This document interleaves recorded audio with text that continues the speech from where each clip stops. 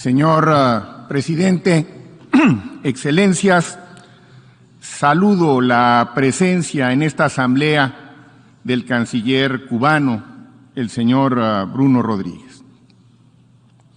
El bloqueo económico, comercial y financiero impuesto por los Estados Unidos contra Cuba desde hace 6 décadas y el continuo desacato de las resoluciones de la Asamblea General por parte de un miembro permanente del Consejo de Seguridad, que como tal tiene una responsabilidad especial en la defensa de los principios y propósitos de las Naciones Unidas, resultan simplemente inaceptables a la luz del derecho internacional y de los preceptos constitucionales de la política exterior de México.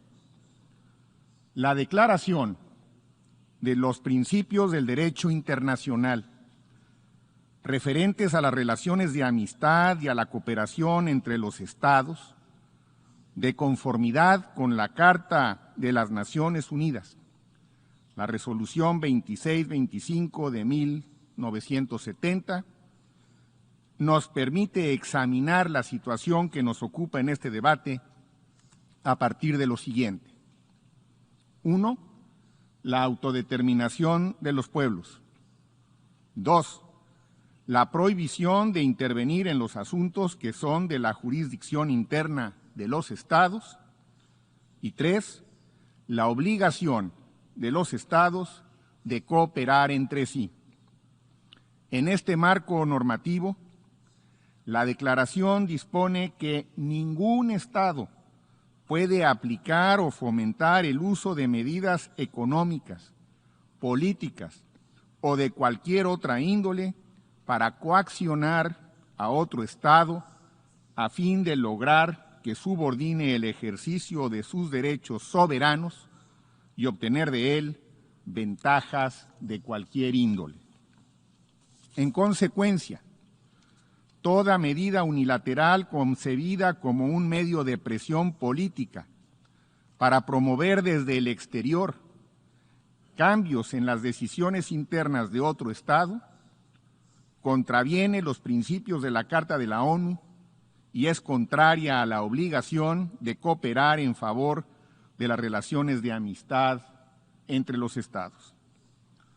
México condena en los términos más enérgicos el bloqueo económico, comercial y financiero impuesto desde hace casi 6 décadas contra Cuba, así como la decisión de aplicar el título 3 de la Ley de la Libertad Cubana y Solidaridad Democrática, la Ley Helms-Burton, así llamada, que ha afectado no solo la soberanía del pueblo cubano, sino también los derechos de terceros países.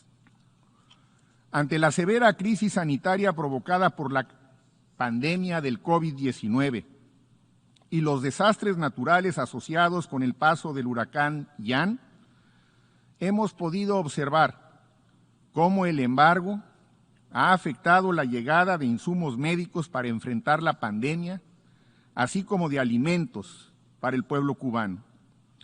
Hacer padecer de hambre a la población civil es otra conducta prohibida por el derecho internacional humanitario. Con mucho mayor razón debe serlo en tiempo de paz y más cuando los Estados Unidos y Cuba han reanudado relaciones diplomáticas que se rigen por la Carta de la ONU.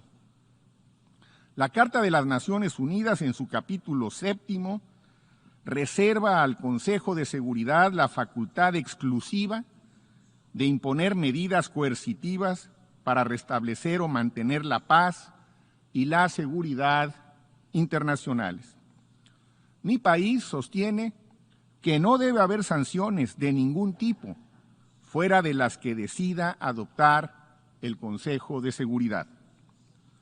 A lo anterior, se suma la reinserción de Cuba en enero de 2021 a la lista estadounidense de países patrocinadores del terrorismo, lo cual, además de ser un claro despropósito, constituye una afectación adicional al pueblo y al gobierno cubanos al bloquear operaciones financieras y otras transacciones de dicho país. Observamos que una de las justificaciones de la reinserción a la lista referida fue que Cuba, en el ánimo de fomentar el diálogo de paz en Colombia, acoge a integrantes del Ejército de Liberación Nacional. Al respecto, vale la pena hacer notar que hace apenas unos días el Consejo de Seguridad acogió con beneplácito el anuncio de la reanudación del diálogo entre el gobierno de Colombia y el Ejército de Liberación Nacional. De nueva cuenta, solo el Consejo de Seguridad puede hacer determinaciones relacionadas con grupos o entidades que realizan o fomentan el terrorismo. De lo anterior se desprende que las medidas aplicadas por los Estados Unidos en contra de Cuba son violatorias del derecho internacional y generan responsabilidad internacional. Estados Unidos debe cesar estas medidas, reparar daños y ofrecer garantías de no repetición, tal y como lo establece el derecho internacional. La Asamblea General, por su parte, señor presidente, debiera exigir que los Estados Unidos pongan fin de inmediato al bloqueo económico y financiero que mantiene en contra de Cuba. Muchas gracias.